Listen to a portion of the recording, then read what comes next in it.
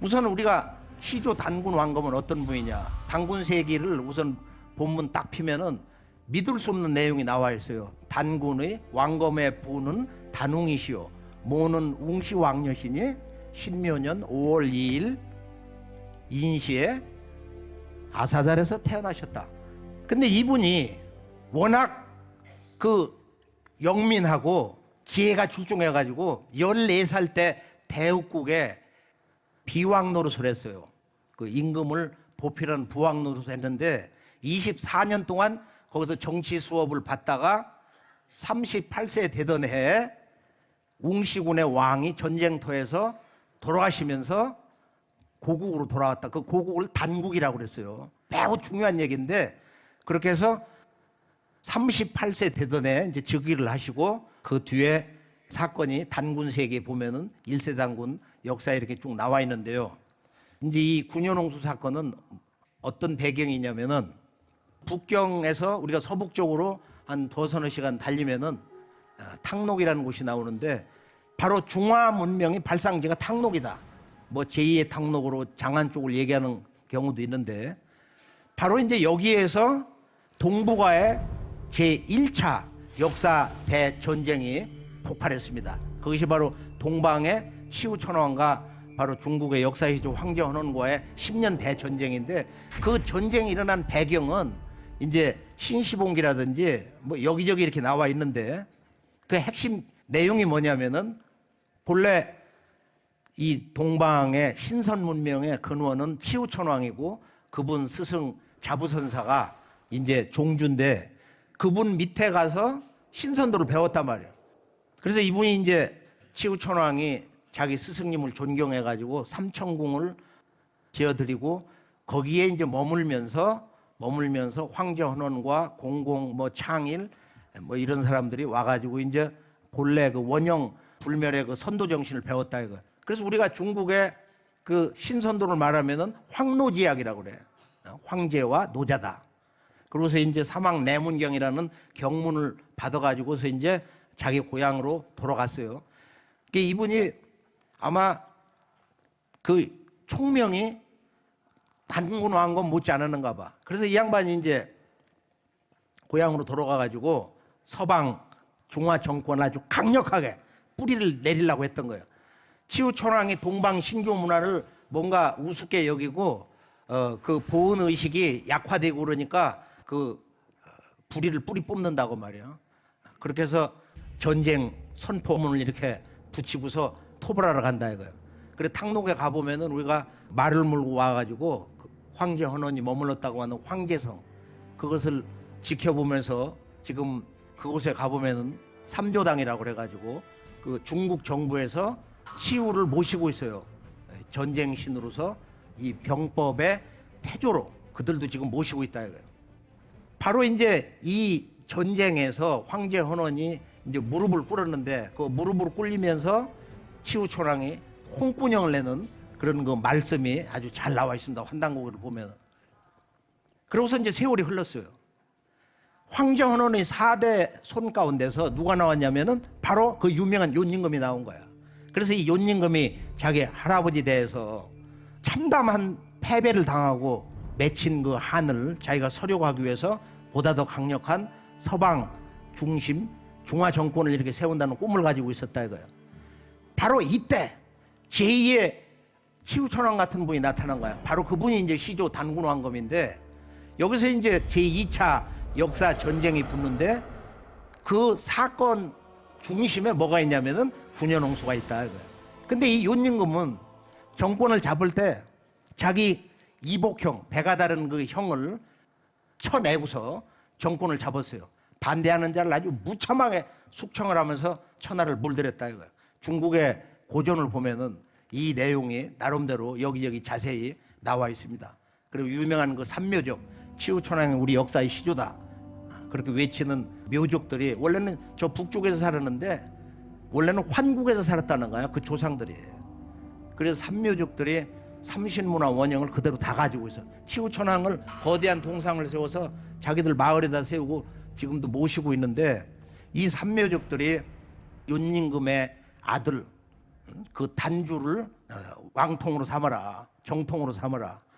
그렇게 이제 주장을 한다고 그 미움을 받아가지고 남쪽으로 쫓겨났어요.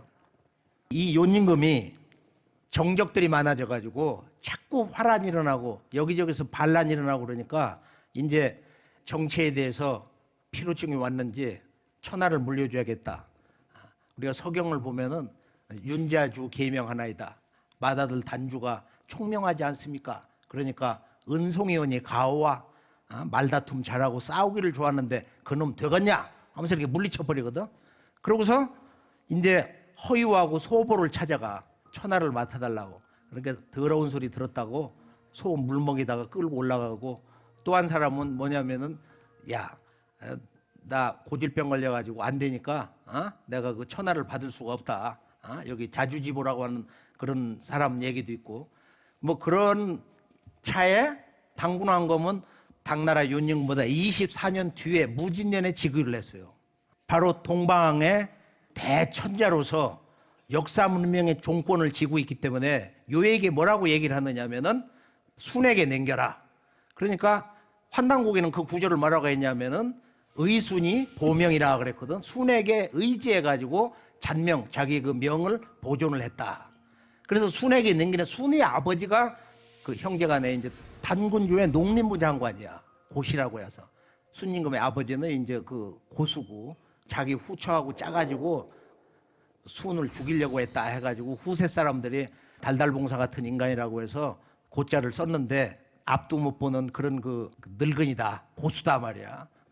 지금 이 윤임금과 동방의 그 단군 개국조하고의 이런 그 역사 대전쟁이라고 하는 것은 300년 전 제1차 동서방 역사 대전쟁, 탕록 대전쟁의 그 갈등이 더 강하게 지속이 돼가지고 중국 서방의 그 중화 중심의 정권이 뿌리 내리려고 하는 그것을 시조 단군 왕검이 뿌리를 친 것이 바로 지금 단군조선이 사만체제인데, 그때 이제 무슨 사건이 벌어지느냐면은 이 홍수가 이제 자주 일어나는데 단군 왕검도 즉위 50년에 홍수가 일어나가지고 지금 강화도 마리산에서 참성단을 쌓고 직접 올라가셔서 천재를 올리셨단 말이에요.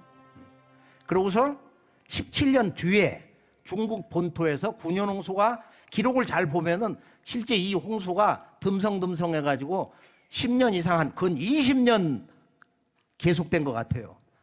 소위 9년 홍수라고 그러는데, 그렇게 해서 이 중국 천하가 물난리가 나가지고 황하, 양자강 이런 데 하루 아주 다 뒤집어지고 난리가 났단 말이에요. 그래서 이 치수관 곤이 실패를 해가지고 이제 우산에 가서 무참하게 죽고, 그 아들 사후 성은 사시고 이제 우가 후에 이제 운임금인데, 하나를 연 운임금인데, 이 사람이 이제 치수관이 돼가지고 고민을 하는 거예요. 생명을 바쳐서 이 치수를 하려고 그러는데 방법이 있어야지. 이때 순임금이 자기 아버지 형제가 조선 조정에 있으니까 단군 왕건께 전통을 보낸 거예요. 치수 법방을 좀 한 수 전해주옵소서. 요것을 5월 춘추에 보면은 뭐라고 조작을 했느냐면은 바로 우가 너무도 나라를 위한 그 근심 때문에 치수 법방이 없을까 하고서 이렇게 고민을 하는데 꿈에 창수사자가 법방을 줘가지고 그렇게 해서 성공을 했다. 이렇게 이제 이야기식으로 거짓말을 해놨어요. 그래서 우리가 이제 이 군현홍수 사건을 보면은 단군 왕검이 자기 맏아들 부르태자를 어디로 보냈냐면은 산동성 제성현에 있는 낭야성에 이렇게 보냈는데, 낭야는 사만 가운데 이 번안에 일대 왕이 이제 치두남인데 치우천왕의 그 후손 직손 가운데서 아주 그 지혜가 뛰어나고 기상이 좋아가지고 전략적으로 그 후손을 번안의 일대 왕으로 삼았어요. 그 아들이 원래 있던 가한성을 개축을 해가지고 이걸 낭야성이라고 그랬다. 중국 현지에서도 지금 낭야라고 그래. 낭야성이라고. 낭야가 뭐냐? 이걸 알 수 있는 것은 이 천지간에 오직 환단국이 사만 관경밖에는 없는 것입니다. 자, 그러면 우리가 이제 여기에서 그 이 홍수에 대한 전말을 순임금이 직접 이렇게 보고를 하고, 그리고 이때 이제 천하 대난에 대한 진단을 부르태자가 어떻게 내리느냐면은 이 난리가 일어난 것은 이제 그 윤임금이 쿠데타를 일으켜가지고 정권을 잡으면서 너무 많은 사람을 죽여가지고 천하의 그 원한이 차가지고서 천지신명들 그 원한으로 저주로 이런 홍수가 일어나는 것인데 동방 신조 문화의 그 근본을 잃어버려서 너들이 이런 대재앙을 지금 당하고 있는 것이다. 그래서 천하의 경당을 많이 짓고 동방 신교 문화 그것을 크게 씨뿌려라. 그래서 이 중국 천하에 동방의 삼신 우주광명 문화가 아주 본격적으로 들어가기 시작한 것은 물론 그전 황제 헌원부터도 기본은 있었지만은 바로 부르테자부터 시작되었다고 봅니다. 그러고 나서 이제 그 사태가 너무 심각하니까 중국의 동서방 제후들을 아주 전부 회집을 시켜가지고 지금 강소성 있는 바로 회계산 소위 도산에 모이게 해가지고 거기에서 이제 천하 대난 군현홍수의 참상을 실제로 이제 듣고서 단군 왕검의 오행치수지법 소위 홍봉구주를 전해준 거예요. 서경에 보면은 이 홍봉구주 전수 사건에 대한 내용이 나옵니다. 단군 왕검을 천재로 이야기하고 있어요. 동방의 천재, 하나님의 아들이 되는 임금님이다 이렇게 이제 이야기를 하고 있습니다. 그래서 우리가 도산을 가보면은 5월 춘추에 나와 있지만은 운임금이 나중에 치수에 성공을 해서 이제 인심을 대서를 이렇게 얻고 순임금이 남부 순행을 갔다가 창호에서 갑자기 죽어버리고 그때 아마 비극적인 죽음인데 그 두 왕비 아왕여영 자매지간이지만은 순임금 아내였어요. 본래는 이제 윤임금의 두 딸인데 오빠 단주 그 역사를 너무 잘 알고 있다 이거야. 저 앞에 보면 이비지묘다 이렇게 했는데 두 왕비가 소상강에서 몸을 던져 투신 자살해서 죽어버리는데 그 무덤 바로 뒤에 있는 대나무만 저렇게 검은 반점이 있어요. 이걸 소상반죽이라고 그러거든. 예로부터 아주 역사에 소상반죽 얼마나 비통한 슬픔을 이기지 못해가지고 피눈물이 저기에 세계적 아마 저 대나무를 붙들고 울었는가 봐. 그러고서 이제 그 몸을 던졌는데 사마천 사기 진시황봉기를 제가 예전에 20대 때 이렇게 보니까 진시황이 저 동정에서 배를 띄워놓고 이렇게 노는데 갑자기 이렇게 이제 물결이 사나워지니까 여기 수신이 누구냐? 바로 아왕과 여영입니다. 그 전각을 다 당장 부셔버리라고 말이에요. 이게 그 역사 전설이 그때도 그렇게 내려오는 거예요. 지금 이 9년 홍수 치수 성공의 이야기가 중국의 서방 정권이 완전 붕괴해서 패망당하는 그런 절대적인 위기의 순간에 조선의 이 시조 단군 왕검이 바로 이 우주사상 홍봉구주인데 나라를 다스리는 9가지의 큰 규범이다. 근데 5번째 보면 그게 뭐냐면은 바로 거기에 천자사상이 있어요. 그게 뭐예요? 바로 두 글자. 황극이다 이거 황극. 그래서 이 천자를 황극이라고 그랬는데 중국의 천자사상이 이런 문화사상으로 역사 통치자 우주사상으로 들어간 것은 바로 9년 홍수 때 운임금을 통해서 이렇게 전수가 된 것이다. 그래서 우리가 이제 운임금 하나라가 상나라 뒤에 이제 은나라라고 들었는데 그 뒤에 주나라는 바로 동방 사람 강태공이 이제 보필을 했는데 그건 한 900년 간 거야. 그 역사 왕조가 왜 이렇게 수백 년씩 더 지속이 됐나 하는 것을 오늘 연세대에 오면서 생각을 해보면 야 이게 신교 문화의 인간관 신관 같은 것을 좀 더 깊이 눈뜨면서 그것이 왕실에서 제대로 전수된 게 아니냐 하는 것을 잠시 이렇게 생각을 해봤습니다. 그래서 우리가 바로 이 단군조 2000년 삼왕조 시대 역사를 보면은 이 당나라, 우나라, 요순, 우탕, 문무, 주공, 그다음에 춘추전국 시대 진나라 한나라인데 우리가 춘추 공양전을 보면 뭐라고 했냐? 진자는 이하라 그래서 진나라는 동이다 말이야. 진시황도 중국 한족이 아니다 이거야. 이게 중국에는 한족이 없다는 거야 원래. 유전자로도 그러고. 중국은 전역이 그건 동이계다. 동이, 서육, 남만, 북쪽도 방위에 따라서 폄하하는 이름을 붙이고 공자, 춘추, 대의 그런 그 역사 사관에 의해서 그 이를 동방 오랑캐로 불렀지 리라고 하는 건 본래 그게 아니다 이거야. 그래서 오늘 첫 번째 주제에서는 우리가 이 동서방 문화의 역사를 이렇게 보면은 오늘 여기서 할 말씀은 아닌데 황제 헌원의 본래 그 혈통이 누구냐 하면은 환단고기를 한번 조심 있게 깊이 있게 들어가 보세요. 그게 웅시족에서 왔다는 거야.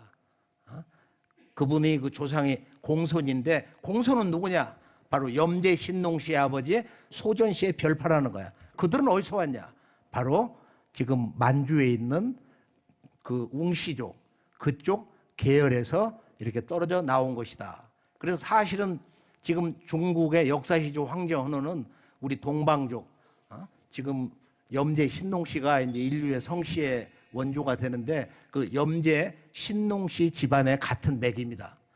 그래서 중국의 그 서방족의 전체 그 왕족의 맥이라는 것은 사실은 동방족하고는 같은 형제다. 그래서 사실은 중국과 우리 조선 이 대한하고는 형제처럼 잘 지내야 되는 거예요. 그러니까 중국과 한국의 이런 역사 관계가 이번에 남북의 갈등 또는 대결 구도 전쟁으로 가냐 평화냐 하는 그런 실제적인 역사 평화와 새로운 위기의 문제와 직결되어 있다고 봅니다. 그래서 1차 지금 분단의 역사의 근원이라는 것은 어디서 이게 시작이 됐느냐면은 윤임금의 아들 단주는 동방족 서방족은 원래 뿌리가 같다. 문화사상도 같다. 역사 정신이 한 근원에서 왔기 때문에 이 동서방족은 한 가족처럼 지내야 된다. 이 동서방 문화 역사 융합주의자 평화주의자인데 이것이 아버지의 정치 철학에 의해서 깨져버린 거야. 부정당했단 말이에요. 쫓겨나 버렸어요. 그래서 아주 불초자로 불려가지고 역사 속에서 그 아버지 뜻을 받들지 않은 불효자의 대명사로 불리게 된 것입니다. 제가 아주 이제 중국의 이 단주의 묘를 찾아서 한번 그 하루를 가본 적이 있는데 잘 알지도 못하고 가도 끝이 없어요. 그래서 택시 운전사 묘소를 알면 내 돈을 얼마든지 줄 테니까 가자. 그렇게 가지고 이제 차를 타고 갔는데 밤이 너무 늦었어요. 동네 사람들이 다 쏟아져 나와서 막 발동기에 이렇게 켜놓고서 이제 그 불을 밝혔는데 무당집 조그만 하나에 전각이 있어요. 그래서 그 위패를 이렇게 아주 흙먼지가 많이 묻었는데 그걸 털어내고 말이야. 그러고서 이제 이렇게 사진을 한번 찍은 적이 있습니다. 그래서 이미 단주, 이 단주를 알아야 이 남북 분단 역사의 비밀을 합니다. 자, 그러면 우리가 이제 한 가지를 더 한번 정리를 해보면은 단군 조선의 이 사만 문제라는 것은 우리가 흔히 노화 홍수는 아는데 왜 단군 조선 그 유명한 성인제왕 요순 시대 때 군현 홍수는 전혀 모르고 있는가? 노화 홍수는 족보를 다 꿰요. 아, 노아의 아들이 뭐 거기서 무슨 족속들이 이렇게 나왔다고.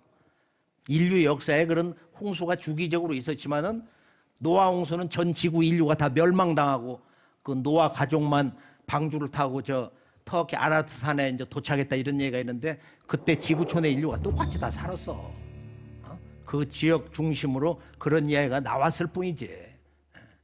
그래서 우리가 이 9년 홍수 사건 중국과 우리 한국의 고대 사서에 보면 여러 기록이 있는데 이 홍수 사건을 이렇게 중심으로 해가지고 중국의 3대 왕조의 첫나라 하나라가 건국이 된 거다. 예전에 70년대 후반에 중국 고고학팀들이 옛 하나라의 성터에서 그 성벽이 홍수에 의해서 무너진 그 자취를 직접 자기들이 현장 답사를 해서 확인을 했다. 이런 기록이 고고학 잡지 문문에 난 적이 있어요. 그러고서 최근에 중국에서는 이제 과학자들이 이제 지금 여기 사이언스지 내용이 나와 있는데 그쪽 지역을 이렇게 이제 탐사를 해보니까 거기에 그 단층이 바뀌어가지고서 황하 양자강 이 아래에서 수천 킬로 아래에서 어마어마한 홍수 대재난이 있었다. 그건 이제 3,900년으로 여기 잡고 있거든. 그런 상황에서 바로 새로운 정치 질서가 탄생했을 것이다. 그래서 하나라의 건국이라고 하는 것은 이런 물난리, 소위 군현홍수 사건을 배경으로 해서 중국의 최초의 고대 왕조 하나라가 처음 이렇게 탄생을 한 것이다. 그 왕조 탄생의 배경이 바로 단군 시조 왕검이 자기 아들 부르 태자를 보내가지고 군현홍수를 다스리는 그 비방을 전해줬기 때문에 우리가 잘 알고 있는 오나라 월나라 살던 말이죠. 강소 절강 그쪽 지역이거든요. 거기도 단군 조선의 직접 간접 역사 명령을 받는 곳이었다 이거예요. 그렇지 않으면 거기 다 모여가지고 동방 단군조의 왕검, 단군 왕검의 그 명을 집행하는 대행자 부르태자의 명을 기엄하게 무릎을 꿇고 절을 하고 받을 수 없었다 이거예요. 그렇기 때문에 우리가 중국 학자들 그 두 사람이 대화 가운데서 중국 문화의 근원은 동이다. 중국은 동이문화다. 한마디로 이렇게 얘기할 수 있는 것입니다. 중국은 동이문화다. 중국은 동이문화다.